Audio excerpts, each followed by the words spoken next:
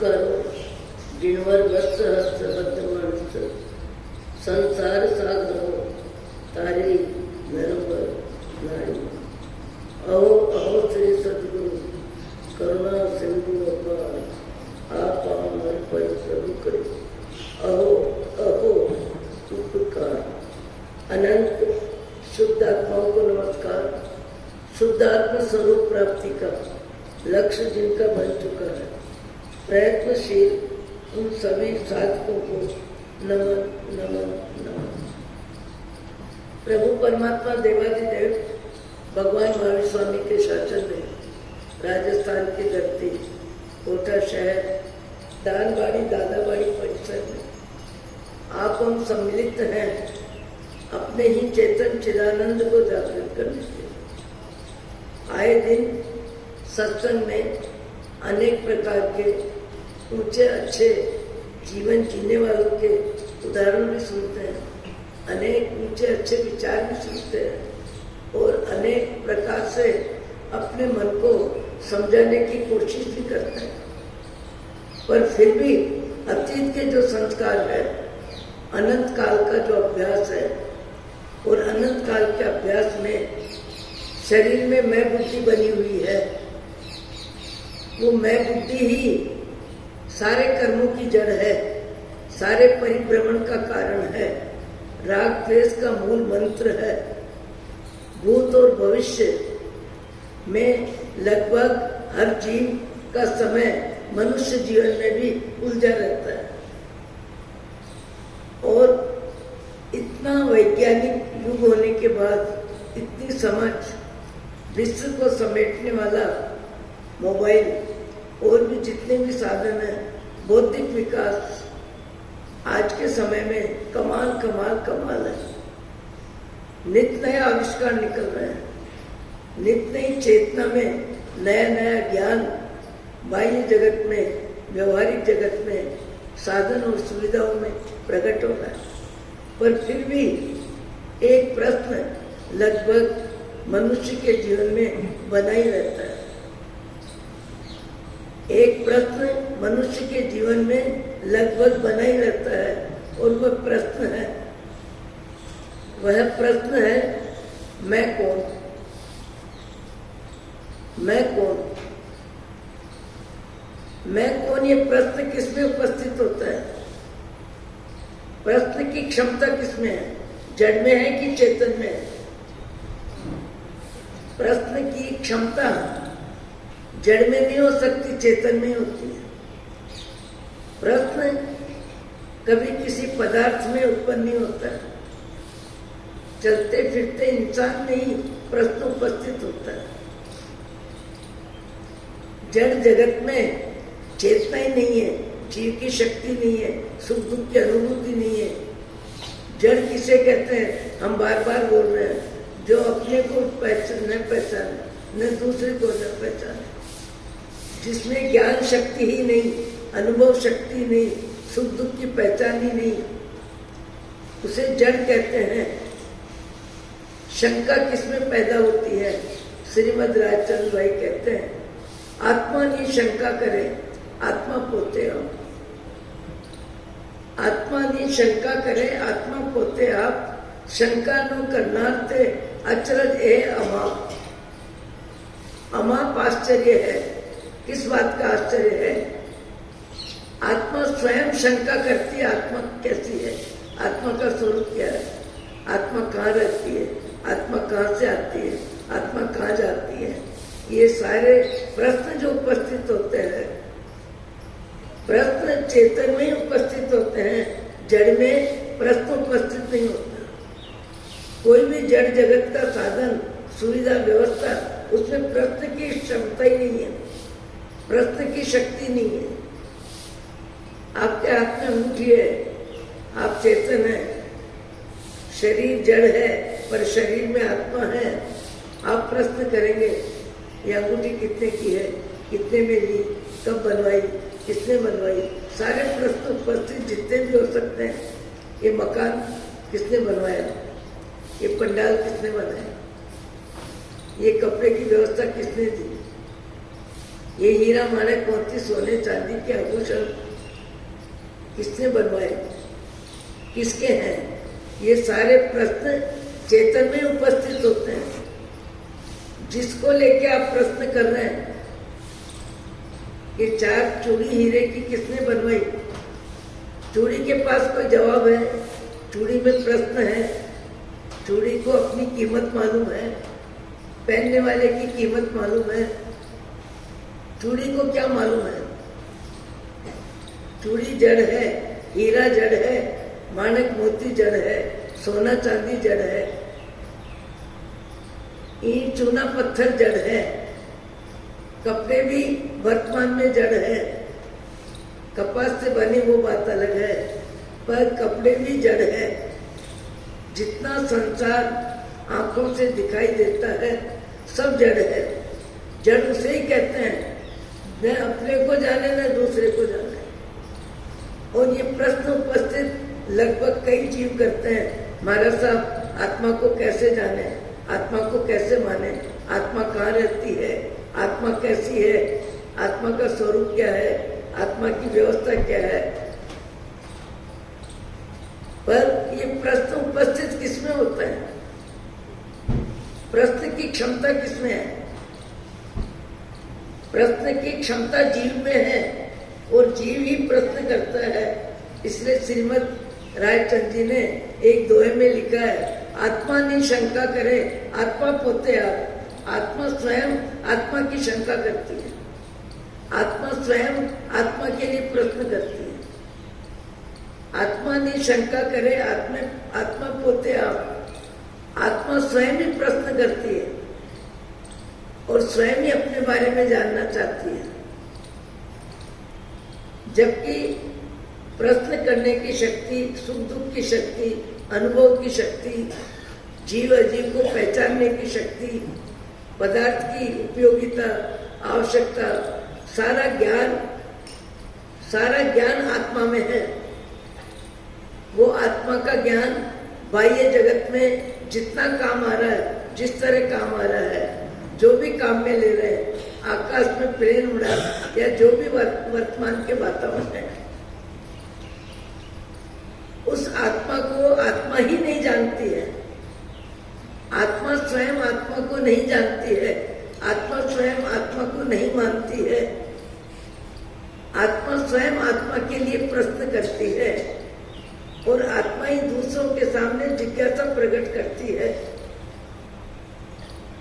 ये सबसे बड़ा आश्चर्य है कि दुनिया को जानने वाला, दुनिया को समझने वाला, दुनिया की कीमत करने वाला, सोने चांदी के आभूषण को राग भाव से पहनने वाला, दुनिया का ज्ञान जिसे है, दुनिया का ज्ञान जिसे है, उसे स्वयं का ज्ञान नहीं है। यही अज्ञान है, यही मिथ्यात्व है और यही आत्मभ्रांति है और यही मूढ़ात्मा का लक्षण है और इसे ही मिथ्यात्व आत्मा कहते हैं। मिथ्यात्वी कहने का आशय क्या है? जो स्वयं को नहीं जानता है, शरीर को मैं मानता है, शरीर के रंग रूप को, शरीर के संबंधों को, शरीर के धन धरती को, सबको जानता है, सबको पहचानता है, सबको महत्व देता है, सबकी उपयोगिता है और किसके साथ क्या व्यवहार है, सारा ज्ञान है मनुष्य को। पर मनुष्य का ज्ञान मनुष्य के भीतर बैठने वाली आत्मा का है। आत्मा यदि शरीर से निकल जाती है तो फिर किसको ज्ञान होता है, किसका ज्ञान होता है? आत्मा जब शरीर बदल लेती है तब ज्ञान किसका होता है, किसको होता है? आप हम सब जानते हैं, पर सबको जानने वाला स्वयं को नहीं जानता, स्वयं को नहीं पहचानता, स्वयं की ज्ञान शक्ति का उपयोग नहीं करता। यही उसका अज्ञान है। अज्ञान किसका है? स्वयं आत्मा का। आत्मा नहीं शंका करे आत्मा पोते आप। शंका नो करनार्थे अचरज है अमाप। श्रीमद कहते हैं अमाप आश्चर्य। शंका करने वाला कौन? स्वयं आत्मा। और आत्मा ही आत्मा की शंका करती है। आत्मा आत्मा को नहीं पहचानती है। आत्मा ने सदा से शरीर को मैं माना है और शरीर मैं हूँ ये मान्यता उसके मिथ्यात्व है। इसी को मिथ्यात्व कहते हैं। मिथ्यात्व क्यों कहते हैं? कि मान्यता मिथ्या है। मान्यता मिथ्या है। मान्यता सच नहीं है। आत्मा का रंग नहीं है, आत्मा का रूप नहीं है। आत्मा अजर अमर है, आत्मा अविचल अविनाशी है। आत्मा का कभी जन्म नहीं हुआ, आत्मा की कभी मृत्यु नहीं होगी। आत्मा कर्मों के अनुसार केवल शरीर परिवर्तन करती रहती है और परिवर्तन भी कर्मों के आधार पर होता है। और परिवर्तन में भी मुख्य क्रोध मान माया लोभ का व्यवसाय होता है। जिस भाव में, जिस गति में, जिस शरीर में जीव जब जाता है उस शरीर में ही जीव की मैं बुद्धि हो जाती है। उस शरीर में जीव की मैं बुद्धि हो जाती है और मैं बुद्धि के साथ मोह बुद्धि हो जाती है। और मोह बुद्धि के दो विभाग है, जड़ और चेतन। पारिवारिक जीवन चेतन विभाग में आता है। धन, धरती, पद, पैसा, सामान, जमीन, जायदाद, सोना, चांदी, माणक, मोती, वो सब जड़ परिग्रह में आता है। और चेतन परिग्रह को स्वीकार करता है पर मैं शरीर के रूप में करता है। कल ही मैं देख रही थी, परसों ही यहाँ किसी मोरनी ने बच्चे को जन्म दिया। बच्चा एकदम छोटा सा है। शायद मोरनी बच्चे को उठा नहीं सकती होगी। जैसे बंदर बच्चे को उठाता है, बिल्ली भी बच्चे को उठाती है, भले मुंह में लेती है पर उठाती है। बिल्ली हो कि बंदर हो कि कुत्ता हो, ये सब अपने बच्चे की सार संभाल के लिए अपने शरीर का उपयोग करते हैं। शायद मैंने 1 घंटे तक देखा, मुझे मालूम नहीं था, पर वो मोरनी नवजात बच्चे को साथ साथ लेके घूम रही है। बच्चा उसके साथ साथ घूम रहा है, उसके पीछे पीछे घूम रहा है और वो भी बच्चे की चाल चल रही है क्योंकि उसको पता है बच्चा मेरा है। और बच्चे की सुरक्षा उसका भाव है क्योंकि मेरेपन का मोह है। मोह होने से उसकी सार संभाल में उसके साथ साथ घूम रही है। साथ साथ क्यों घूम रही है? मेरा बच्चा है। ये मोह जीव का सब जीवों के प्रति होता है, सब योनियों में होता है, सब गतियों में होता है। मोह कब कम होता है, कब खत्म होता है? जब आत्मा को आत्मा का ज्ञान होता है। आत्मा को आत्मा का ज्ञान होता है।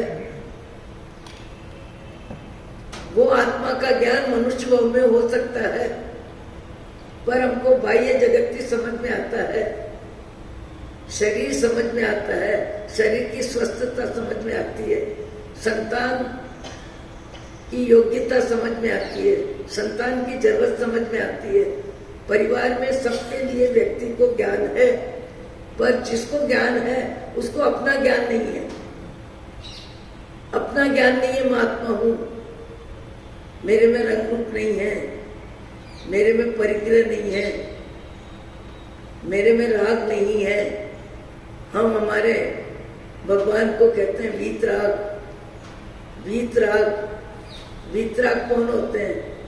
जिनके भाव जगत में राग का सर्वथा क्षय हो जाता है। किंचित मात्र भी जिनके भाव जगत में राग नहीं रहता है, अपने शरीर के प्रति भी राग नहीं रहता है। शरीर को भी शरीर के रूप में जानते हैं, ज्ञाता दृष्टा भाव से देखते हैं और कर्म के उदय की फिल्म को अंतिम भाव में वो पुण्य का उदय हो या पाप का उदय हो, उस उदय को ज्ञाता दृष्टा भाव से देखते हैं। राई जितना राग नहीं होता है, किंचित मात्र भी द्वेष नहीं होता है। जैसे अपन हर पर्युषण में भगवान महावीर का जीवन सुनते हैं। 12.5 वर्ष तक अतीत काल में, अनंत काल में, जब जिस जीव के निमित्त को लेके, जब जिस जीव ने राग द्वेष किया, राग द्वेष किसने किया? भगवान महावीर के जीव ने किया, त्रिपृष्ठ वासुदेव के भाव में किया। कभी जाति का मत किया, कभी गोत्र का मत किया, कभी योग्यता का मत किया। जब तक आत्मा को आत्मा का ज्ञान नहीं होता है, वहां तक पुण्य पाप के कर्म के उदय में जीव व्यस्त भी रहता है, मस्त भी रहता है और त्रस्त भी रहता है। उसको दो ही फिल्म समझ में आती है, पुण्य और पाप। दो फिल्म में व्यस्त भी रहता है, आर्त ध्यान भी करता है, राजी भी होता है, नाराज भी होता है, परेशान भी होता है। और ये भाव किसके हैं? आत्मा के ही हैं। और आत्मा के भाव क्यों है? कि आत्मा ने अपने आप को शरीर मान लिया, मैं शरीर हूं। और शरीर मानता है तो शारीरिक जिंदगी में ही सबको व्यवस्था देता है और सबका ध्यान रखता है, जितना जिसका साथ मोहात्मक संबंध है। एक राजकुमार प्रातःकाल स्नान की क्रिया से निवृत्त होने के लिए बाथरूम में जाता है। बाथरूम में जाता है और उसे आवाज सुनाई देती है कि बाहर में बाग बगीचे में संत आए हैं और राजा साहब की जानकारी हुई है और राजा साहब सत्संग में जाने के लिए नगर के बाहर सबके साथ जाएंगे। और ये जानकारी होती है राजकुमार को, और राजकुमार सोचता है कि सत्संग का कार्यक्रम है और सत्संग में मेरी रुचि है, तो स्नान की क्रिया करके जब मैं जाऊंगा तो समय ज्यादा हो जाएगा, हो सकता है सत्संग मुझे पूरा न मिले, इसलिए उतारे हुए कपड़े वापस पहन लेता है और बिना स्नान किए वहां से बाहर में बगीचे में सत्संग और स्वाध्याय के माहौल में जाने के लिए राजा साहब पिताश्री को भी जानकारी किसी के माध्यम से दे देता है कि आपका बेटा सत्संग में जा रहा है, आप उसकी प्रतीक्षा न करें। और वो राजकुमार चला जाता है। राजकुमार जाता है, जाते ठीक जगह पहुंच भी जाता है और पीछे से राजा साहब सवारी के साथ, साधनों के साथ, दलबल के साथ, पुण्य के उदय की फिल्म के साथ राजा साहब जब आते हैं और देखते हैं कि मेरा बेटा मेरे से पहले आया और वो अभी तक प्रणाम की मुद्रा में ही है, नमस्कार ही कर रहा है, नमस्कार मुद्रा से निवृत्त भी नहीं हुआ, उठा भी नहीं है, पूरा ध्यान बेटे की तरफ जाता है कि ये कैसा नमस्कार है, कितना नमस्कार करेगा, कब से कर रहा है, आने में 5, 7, 10 मिनट तो पहले ही पहुंचा है। कबूतर चिड़िया बन जाती है। राजा साहब का ध्यान अपनी संतान में जा रहा है। मोह की जिंदगी में सबसे ज्यादा ध्यान व्यक्ति का अपनों के प्रति रहता है। जैसे ही ध्यान जाता है और ठीक जगह पहुंचते हैं, वैसे ही क्या कहते हैं, बेटा उठो, बेटा उठो, कब से आए हो, कितना प्रणाम करोगे, अभी तक तुम्हारा सिर झुका हुआ है, उठो उठो। पिता बार बार कह रहे हैं बेटे को उठो उठो। राजा साहब कह रहे हैं हे कुमार उठो। संत चुपचाप शांति से बैठे हैं, पूरा दृश्य एक दूसरे को देख रहा है। और आखिर में संत ने राजा साहब के को समाधान दिया और कहा, राजा साहब आप किसे उठा रहे हो, किसे उठा रहे हो, उठने वाला उठ चुका है, उठने वाला उठ गया है, उठ गया। ये तो अब खाली शरीर है, शरीर है, शरीर में रहने वाला जीव का प्रस्थान हो गया है, गति बदल गई है। और नमस्कार की मुद्रा में प्राण निकलते हैं, न उल्टी होती है, न उबाकी आती है, न कोई आवाज होती है, न जीव घबराता है, कुछ भी नहीं होता है। आज भी कभी कभी कहीं कहीं कई व्यक्तियों की मौत ऐसी भी आती है कि 5 मिनट में भी उनकी भीतर की क्या क्रिया होती होगी, क्या तकलीफ होती होगी, किसी को मालूम ही नहीं पड़ता। अभी कुछ दिन पहले ही मैंने बताया था कि 8-10 व्यक्ति ध्यान करने बैठे हैं और ध्यान कर रहे हैं, ओम अरहम नमः का जाप कर रहे हैं, और जाप का भी शब्द छोड़ के केवल भाव में आत्मा के ध्यान के लक्ष्य में सब चुपचाप शांत बैठे हैं। शरीर भी मौन है, वाणी भी मौन है, मन भी मौन है, और 1 घंटे के बाद सब उस ध्यान की क्रिया से उठते हैं। तब एक व्यक्ति महेंद्र सागर जी महाराज के मित्र के पिता, जो अभी भी वो संपर्क में है, सत्संग की रुचि है,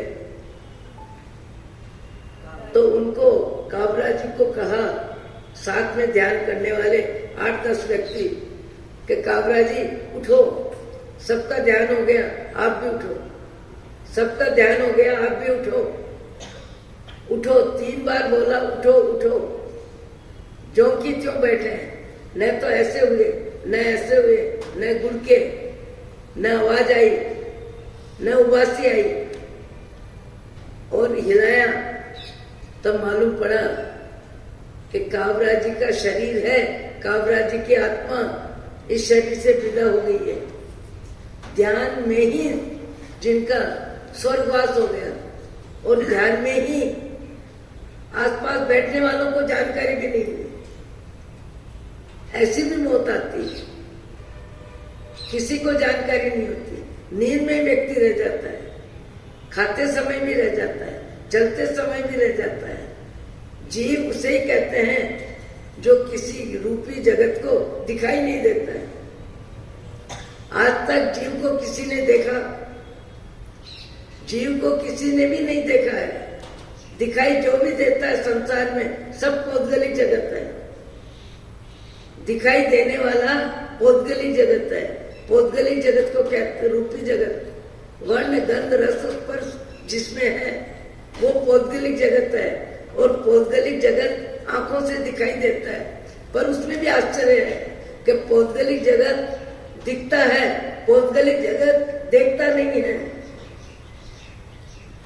अपन जड़ चेतन भेद विज्ञान की बात शुरू से कर रहे हैं, और इसलिए कर रहे हैं कि हमको जड़ चेतन का भेद विज्ञान में रुचि हो, आत्मा को जानने की रुचि हो, आत्मा का ज्ञान करने में स्वाध्याय करें, ध्यान करें, सत्संग करें। अनंत काल के अज्ञान को इस भाव में हम उस अज्ञान से निवृत्त हो सकते हैं।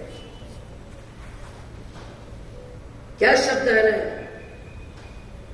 जो दिखता है देखता नहीं है, और जीव दिखता नहीं है देखता है। जीव के बिना कोई किसी को देख नहीं सकता है। जीव के बिना कोई किसी को देख नहीं सकता है। और अजीब वो है जो दिखता है पर देखता नहीं है।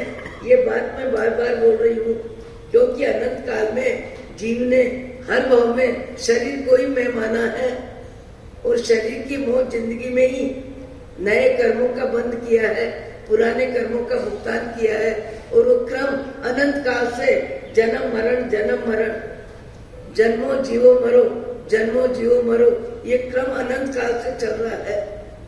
इस क्रम का विच्छेद हो सकता है कब? जब आत्मा को आत्मा का ज्ञान हो। आत्मा को आत्मा का ज्ञान सत्संग में होता है, स्वाध्याय में होता है, चिंतन से होता है, मनन से होता है, अध्ययन से होता है।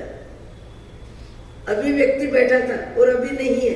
व्यक्ति जो का त्यों, शरीर जो का त्यों, हाथ पांव, आंख नाक कान सब काबरा जी के जो के त्यों है। और हिलाया सिर, उठो, तब लगता है कि है ही नहीं, है ही नहीं। दो शब्द को खास करके जीवन में ज्ञान शक्ति से समझना चाहिए।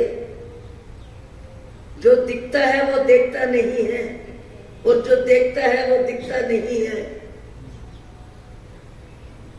दिखता है, काबरा जी का शरीर दिख रहा है, पर देखता नहीं है, किसी को भी देखता नहीं है। मुर्दा जाने वाला कभी किसी को देखता है, कभी किसी की चीख सुनता है, कभी बच्चों को, माता पिता को, भाई बहन को रोते हुए देख के मुर्दा अर्थी में उठने वाला रोता है, जाने वालों को कोई संदेश देता है, जाने वाले के आंसू देख के उसे आंसू आते हैं। परस्पर एक दूसरे के संबंध अच्छे होते हैं तो एक दूसरे के आंसू, एक दूसरे की आंख में आंसू पैदा कर देते हैं। जबकि 50, 60, 70 वर्ष की जिंदगी में साथ रहने वाले, खाने पीने, हंसने बोलने वाले, और वही व्यक्ति, उस ग्रुप में से एक व्यक्ति जब मुर्दे के रूप में अर्थी में उठता है, तब अर्थी में उठने वाला न रोता है, न हंसता है, न कोई अपेक्षा करता है। कोई कहता नहीं मुझे कहाँ ले जा रहे हो, क्यों ले जा रहे हो, कहाँ ले जाओगे। एक शब्द भी श्रवण शक्ति नहीं है, देखने की शक्ति नहीं है, अनुभव की शक्ति नहीं है, सोचने की शक्ति नहीं है। वो कौन है? मुर्दा, अजीब शरीर, निर्जीव, जड़, पुद्गल, अजीब। उस अजीव को जीव ने अनंत काल से जीव मान रखा है, जीव का महत्व दे रहा है, और इसीलिए जन्म मरण का क्रम चालू है। कब तक चालू रहेगा? जब तक आत्मा को आत्मा का ज्ञान नहीं होगा, जब तक जगत की मोह माया भीतर में शांत नहीं होगी, समाप्त नहीं होगी। वो राजा साहब खड़े हैं और सारी जनता उनको देख रही है, और उस युवक को देख रही है जो चरणों में, संत के चरणों में वंदन की मुद्रा में है। आखिर संत कहते हैं कि राजा साहब किसे उठा रहे हो? उठने वाला तो कभी उठ के चला गया, कभी उठ गया, कभी उठ गया। और कुछ समय में प्रणाम के समय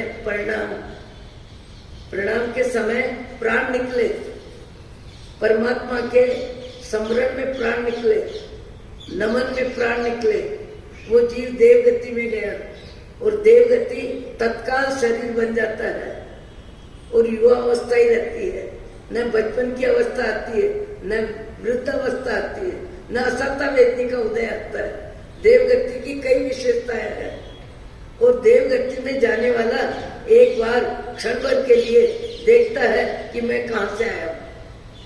यदि उसको समय मिले तो देखता है, क्योंकि वहां का वातावरण इतना अजीब होता है, इतना आश्चर्यकारी होता है, इतना आकर्षक होता है, इतना अद्भुत होता है, इतना चकमक होता है कि जाने वाला नई दुनिया को देखने में अति व्यस्त हो जाता है और काफी समय निकल जाता है। पर किसी किसी का ध्यान जाता है तो देखता है मैं कहां से आया। वो युवक राजकुमार देवगति में जाते के साथ तत्काल उसको ध्यान आता है, और वो गुरु महाराज को प्रणाम करने के लिए देवगति से आता है, द्रुत गति से आता है, तीव्र गति है, चकमक कर रहा है शरीर, एकदम विशिष्ट में विशिष्ट अद्भुत दिखने वाला आकाश मार्ग से आता है, और आके गुरु महाराज के चरणों में प्रणाम करता है। और प्रणाम करने के बाद राजा साहब भाव बदल गया है, बेटे का देव बन गया है। वो पिताजी को कहता है, पिताश्री आप किसको रोते हो? यदि आप बेटे को रोते हो तो बेटे का शरीर आपकी आंखों के सामने पड़ा है, बेटे का शरीर आपकी आंखों के सामने पड़ा है। और यदि आत्मा को रोते हो तो मेरा परिवर्तन देवगति में हुआ है, मैं आत्मा देव शरीर में खड़ा हूं, बेटे का शरीर पड़ा है और मैं खड़ा हूं। कैसा चिंतन है। देवगति से आने वाला देव कहता है, हे पिताश्री आपका भाव राजा का है, मेरा भाव बदल गया, मेरा शरीर बदल गया। मुझे मनुष्य शरीर में रहने का जितना समय था उतना समय में रहा। ये तो मेरी सद्बुद्धि आई कि मैंने कपड़े परिवर्तन स्नान के लिए करना था, और तत्काल मुझे अनुमान लगा, जानकारी हुई कि अपने शहर के बाहर वन बगीचे में संत आए हैं और वहां सत्संग का कार्यक्रम है। उसने सोचा पिताजी तो दायित्व की सीट पे है, राजा बन के बैठे हैं, तो प्रजा के साथ जाएंगे, लाजमा के साथ जाएंगे, अपने स्तर से व्यवस्था के साथ जाएंगे। मेरी अभी क्या जवाबदारी है, मैं तो कुमार हूं। तत्काल कपड़े उतारे स्नान के लिए, पर देखो बुद्धि कब कैसे बदलती है। कपड़े उतारे हुए वापस पहन लेता है और सत्संग के लिए रवाना हो जाता है। और पिताजी को, राजा साहब को सूचना दिला दी कि आपका बेटा चला गया है, आप खोज मत करना, मैं जा रहा हूं, आपको आने में टाइम लगेगा। वो राजकुमार जो देव के रूप में है, वो कह रहा है मेरा नसीब अच्छा था, मेरा भाग्य अच्छा था, अन्यथा मेरा जीव स्नान की क्रिया में ही खत्म होता, कपड़ों में ही मेरा मन रहता। स्नान की क्रिया में गर्मी के दिनों में ठंडे पानी से स्नान करता है कोई व्यक्ति, उसको स्नान करने में पानी का प्रमाण ज्यादा अच्छा लगता है, शरीर को सुखद लगता है, उसका मन शरीर में रहता है, सुविधा में रहता है, सागर में रहता है। गर्मी सर्दी वर्षा में शरीर की व्यवस्थाएं बदलती है, खाने पीने की भी बदलती है, कपड़ों की भी बदलती है, रहन सहन की भी बदलती है, सारी व्यवस्थाएं बदलती है। और ये सारी व्यवस्थाएं शरीर से संबंधित है, आत्मा का कोई लेना देना नहीं है। आत्मा तो अरूपी है, आत्मा का न रंग है न रूप है, आत्मा न भोजन लेती है न पानी पीती है। आत्मा की उपस्थिति में ये सारा शरीर का व्यवहार चलता है। वहां पर आने वाला देव राजा साहब को कहता है, राजा साहब आपका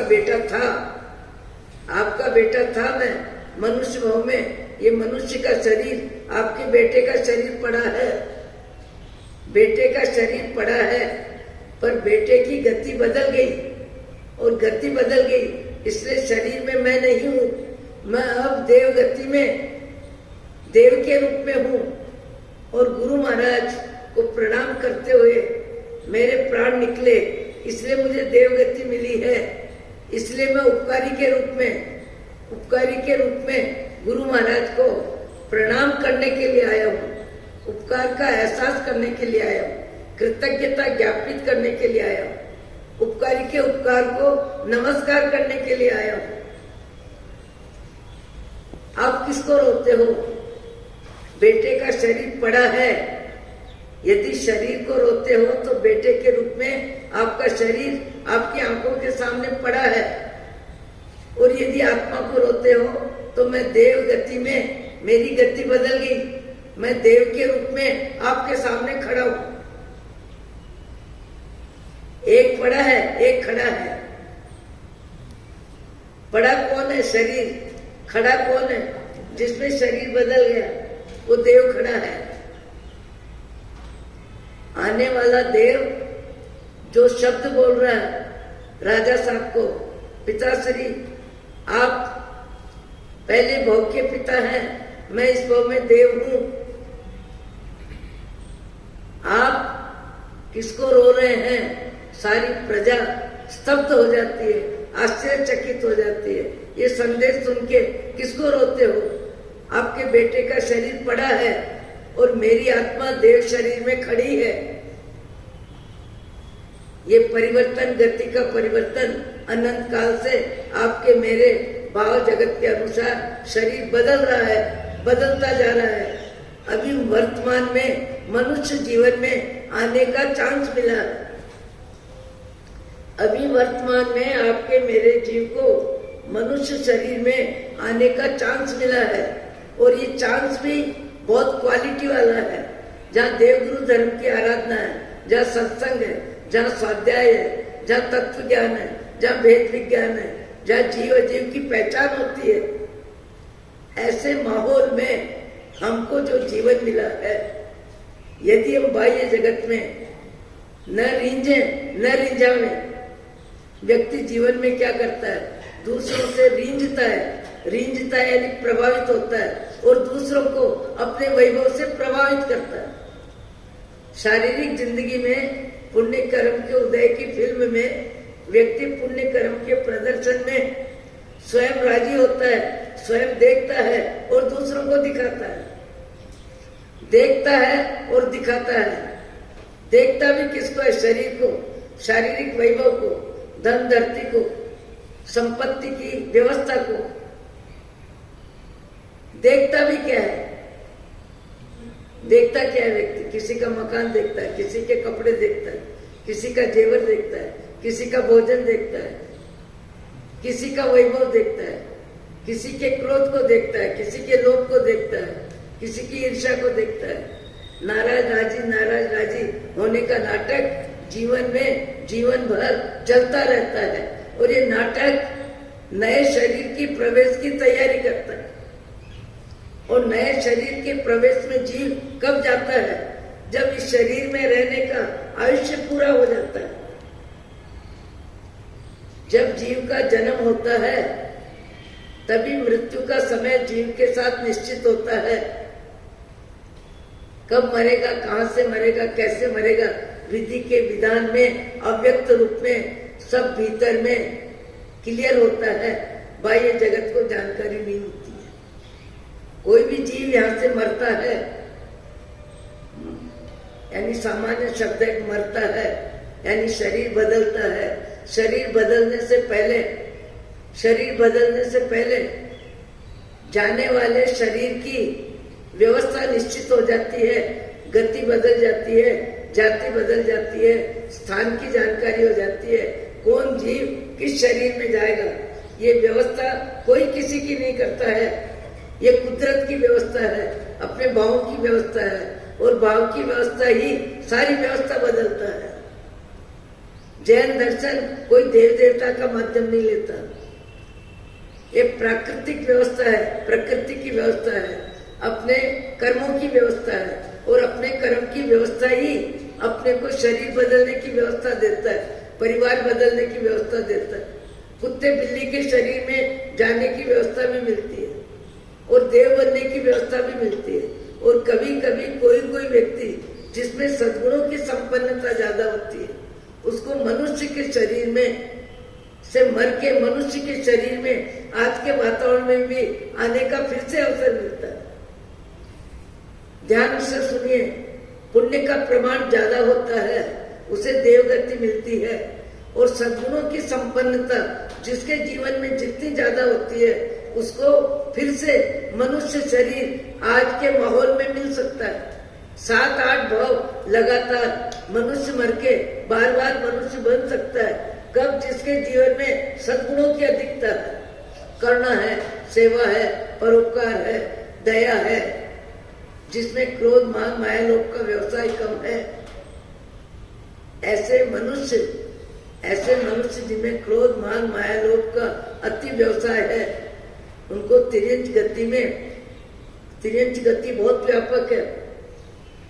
जलचर, खेचर, जमीन पे रेंगने वाले, आकाश में उड़ने वाले, पानी में तैरने वाले, सब्जियों में पैदा होने वाले,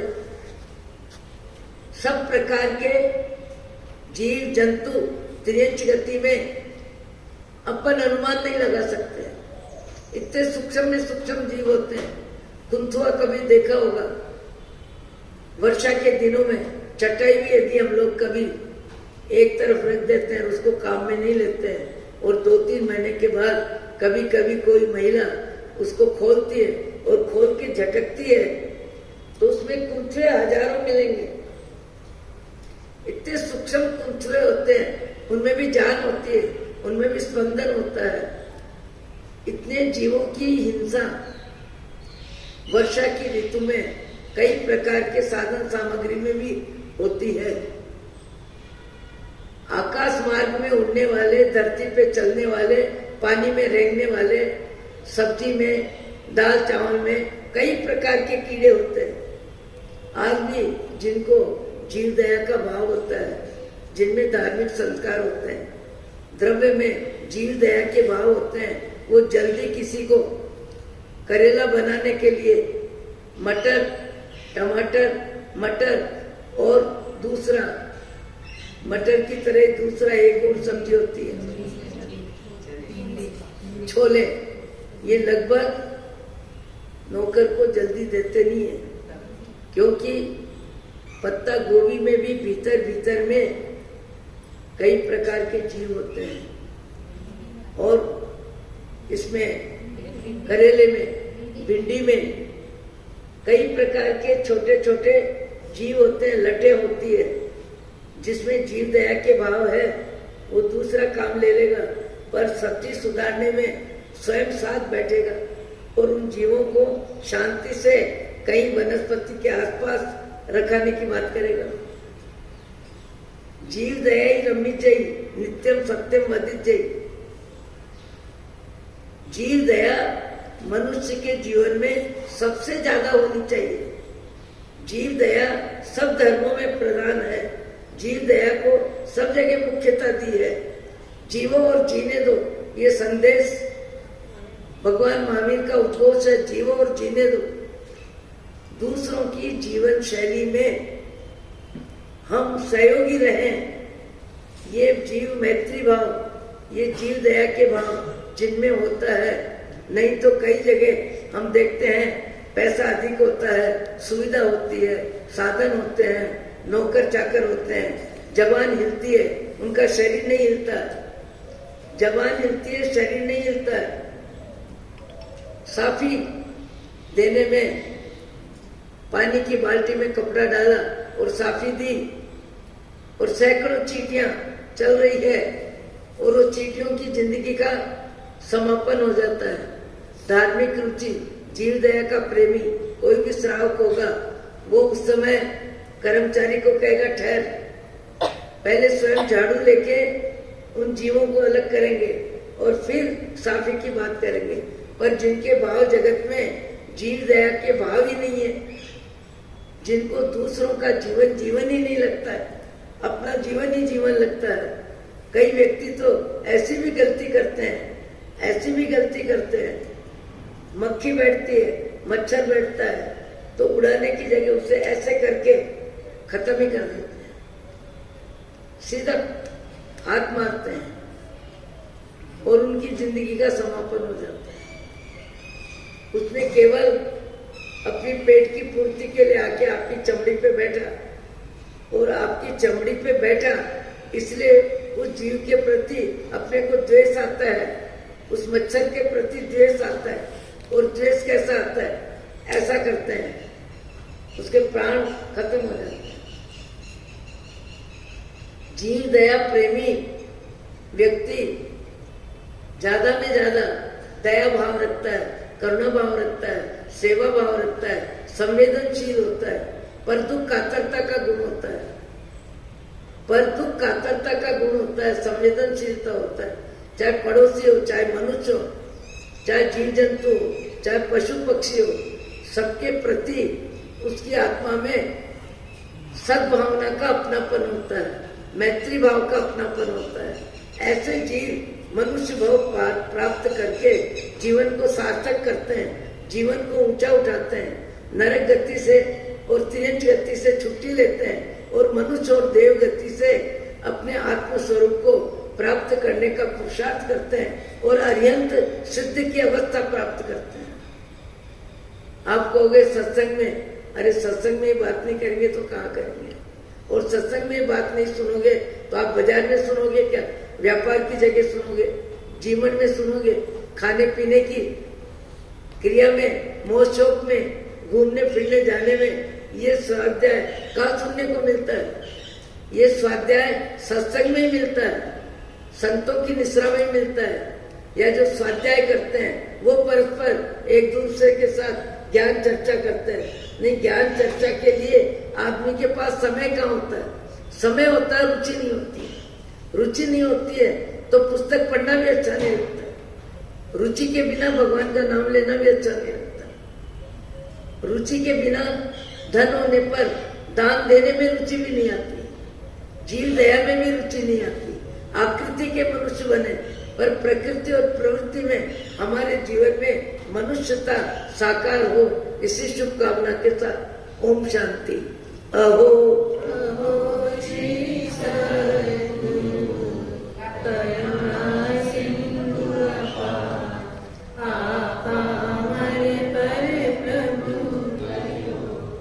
अहो उपकार जे स्वरूप समझा बिना पायो दुख अनंत समझायो हे परे नमो श्री सद्गुरु भगवान परम पुरुष प्रभु सद्गुरु परम ज्ञान सुखधाम जे हने आप्यो भाने ते हने सदा प्रणाम देह छता जे हनी दशा वरते देहाती ते ज्ञानी ना चरण ओ वंदन आत्मा ની शंका करे आत्मा पोते आप, ये चिंतन जितना कर सके करें। पचक खान पंच